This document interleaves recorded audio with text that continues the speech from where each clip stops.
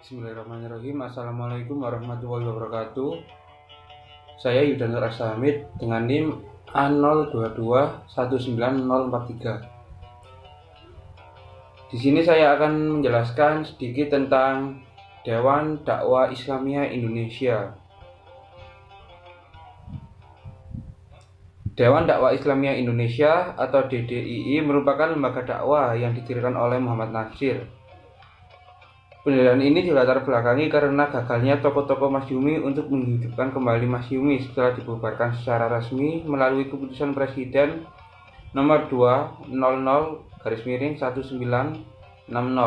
Alasan Presiden Soekarno membubarkan Masyumi yaitu karena beberapa anggota Masyumi terlibat dengan pemberontakan pemerintah revolusioner Republik Indonesia. Pada masa Orde Baru, perjuangan untuk menghidupkan kembali Masyumi pun masih belum berakhir. Beberapa lobi tingkat tinggi digalang untuk mewujudkan keinginan itu. Tetapi ternyata keinginan tersebut sulit untuk diwujudkan. Kalangan ABRI ternyata keberatan dengan tampilnya para tokoh Masyumi ini. Hal ini disebabkan karena para tokoh Masyumi termasuk Muhammad Natsir terlibat dalam peristiwa pemberontakan PRRI. Sebagai kompensasi atas keinginan merehabilitasi Masyumi kembali, maka Soeharto mengizinkan didirikan Partai Muslimin Indonesia atau Permusi. Akan tetapi mantan-mantan pemimpin Masyumi dilarang memimpin partai ini. Bahkan hal tersebut juga berlaku bagi Muhammad Rum yang tidak terlibat dalam peristiwa PRRI di Sumatera Barat. Melihat kondisi politik yang demikian, maka Muhammad Natsir mencari jalan lain dan strategi baru. Jelaslah parpol tidak bisa, akan tetapi perjuangan Islam tidak boleh berhenti. Akhirnya Muhammad Natsir memutuskan untuk terjun ke dunia dakwah bersama dengan beberapa tokoh Masyumi. Muhammad Natsir kemudian mendirikan Dewan Dakwah Islamiyah Indonesia.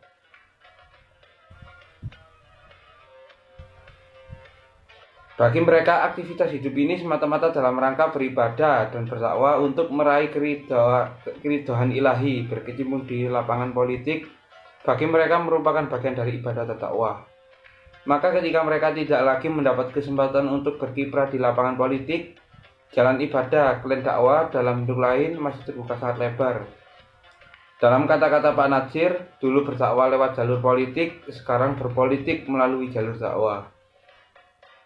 Demikianlah maka pada 26 Februari 1967 atas undangan pengurus Masjid Al-Munawwarah Kampung Bali Tanah Abang, Jakarta Pusat, para alim ulama dan zu'ama berkumpul untuk bermusyawarah, membahas, meneliti, dan menilai beberapa masalah terutama yang dapat hubungannya dengan usaha pembangunan umat, juga tentang usaha mempertahankan akidah di dalam kesimpangsiuran kekuatan-kekuatan yang ada dalam masyarakat.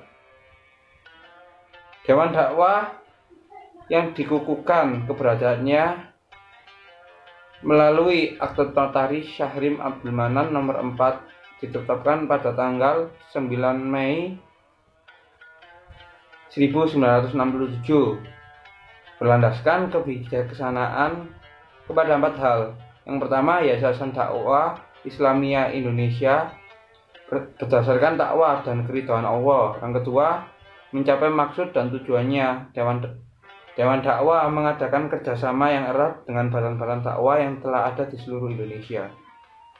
Dalam hal yang bersifat kontroversial atau saling bertentangan dan dalam usaha melicinkan jalan dakwah, Dewan dakwah bersikap menghindari dan atau mengurangi pertikaian paham antara pendukung dakwah istimewa dalam melaksanakan tugas dakwah.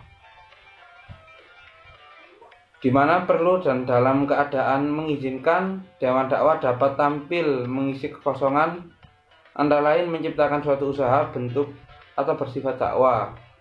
Usaha mana sebelumnya belum pernah diadakan, seperti mengadakan pilot project dalam bidang dakwah. Adapun visi dan misi di Dewan Dakwah Islamiyah Indonesia, visinya yakni terwujudnya tatanan kehidupan masyarakat Indonesia yang Islami dalam NKRI yang kuat dan sejahtera. Misinya yakni melaksanakan kitab dakwah, anggaran dasar dan anggaran rumah tangga Dewan Dakwah guna terwujudnya tatanan kehidupan yang islami dengan meningkatkan mutu dakwah di Indonesia yang berasaskan Islam, dakwah dan keridhaan Allah Ta'ala. Yang kedua, menanamkan akidah dan menyebarkan pemikiran Islam yang bersumber dari Al-Quran dan As-Sunnah. Yang ketiga, menyiapkan doa untuk berbagi tingkatan sosial kemasyarakatan dan menyediakan sarana untuk meningkatkan kualitas dakwah. Yang keempat, menyadarkan umat akan kewajiban dakwah dan membina kemandirian mereka. Yang kelima, membendung pemurtadan, Ghazwul Fikri dan Harokah Hadamah. Yang keenam, mengembangkan jaringan kerjasama serta koordinasi ke arah realisasi amal jama'i. Yang ketujuh, memberdayakan hubungan dengan berpihak baik dengan pemerintah dan lembaga lainnya bagi kemaslahatan umat dan bangsa. Yang kedelapan, membangun solidaritas Islam internasional dalam rangka turut serta mendukung terciptanya perdamaian dunia. Yang berikutnya yakni peran Muhammad Natsir sebagai pendiri DDII.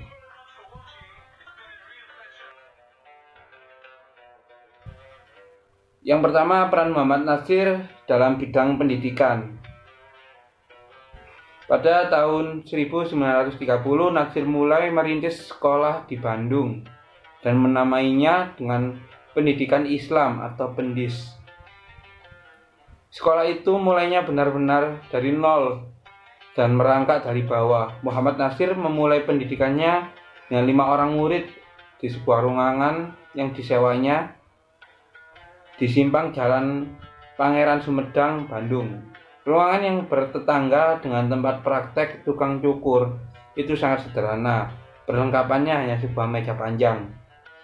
Pelajaran diberikan sejak pukul 3 hingga 5 sore. Sedikit demi sedikit sekolah itu berkembang pesat karena kepercayaan masyarakat untuk menyerahkan anak-anak mereka bersekolah di sekolah milik Muhammad Natsir. Tempat belajarnya tidak lagi di sebuah ruangan yang sederhana, melainkan sekarang di sebuah gedung besar yang terletak di jalan utama, yakni Jalan Lengkong Besar nomor 74 Bandung.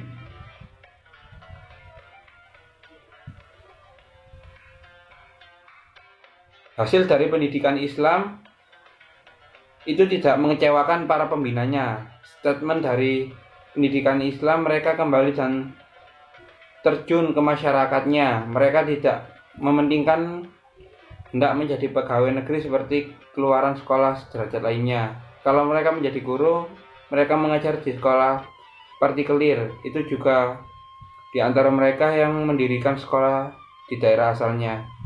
Dan pendidikan Islam dipakai untuk nama sekolah itu, sehingga pendidikan Islam berkembang di Bogor, Cirebon, Pulau Bangka, sampai ke Kalimantan. Dengan demikian, inisiatif dan keberanian untuk menciptakan sesuatu telah tertanam di dalam jiwa mereka. Yang kedua, peran Muhammad Natsir dalam bidang politik.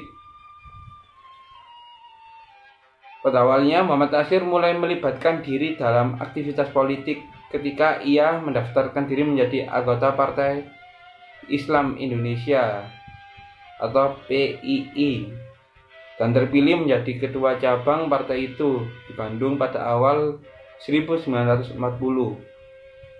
Pada masa pendudukan Jepang di Indonesia 1942 sampai 1945, Jepang merasa perlu merangkul Islam, maka dibentuklah Majelis Islam A'la Indonesia atau MIAI,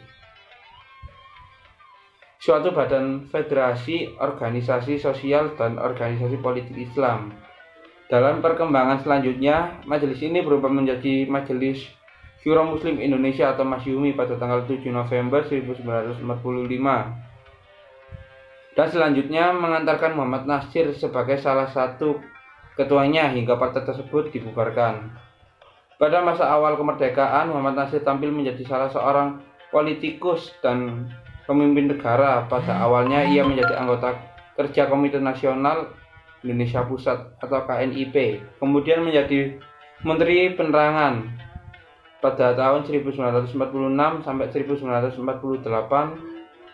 anggota DPR Sumatera, dan akhirnya karir politiknya sampai ke puncak ketika ia dilantik menjadi Perdana Menteri Indonesia tahun 1950 sampai 1951.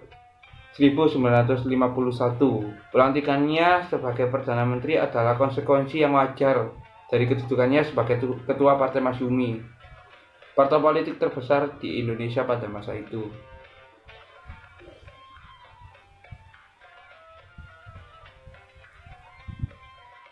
Setelah tidak lagi menjadi menteri, Muhammad Natsir kembali aktif di Partai Masyumi. Sebelumnya, sejak partai itu didirikan pada tanggal 8 November 1945, Natsir telah masuk dalam jajaran pemimpin pusat Masyumi.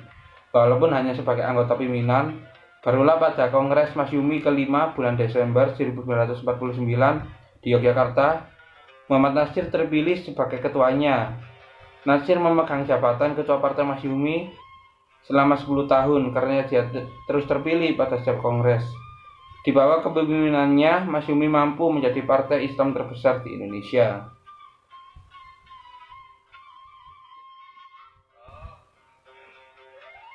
Tak kalah, RI dinyatakan kembali sebagai negara kesatuan pada tanggal 17 Agustus 1950. Bung Karno menunjuk Muhammad Natsir sebagai Perdana Menteri pertama Negara Kesatuan Republik Indonesia karena terkesan oleh pandangan jauh dan strategis Natsir melalui mosi integralnya. Tampilnya Muhammad Natsir ke puncak pemerintahan tidak terlepas dari langkah strategisnya dalam mengemukkan mosi pada sidang Parlemen Republik Indonesia Serikat atau RIS pada tanggal 3 April 1950. Yang lebih dikenal dengan sebutan Mosi Integral Muhammad Natsir. Mosi itulah yang menjadikan Republik Indonesia yang telah berpecah belah sebagai hasil konferensi meja bundar KMB menjadi 17 negara bagian, kembali menjadi Negara Kesatuan Republik Indonesia. Yang terakhir yakni peran Muhammad Natsir dalam bidang dakwah. Setelah kegiatan politik tidak mungkin dilakukan lagi, Natsir pindah ke bidang dakwah. Ia memutuskan perhatiannya kepada soal-soal dakwah dan pembangunan umat bersama teman-teman seperjuangannya di bekas Partai Masyumi.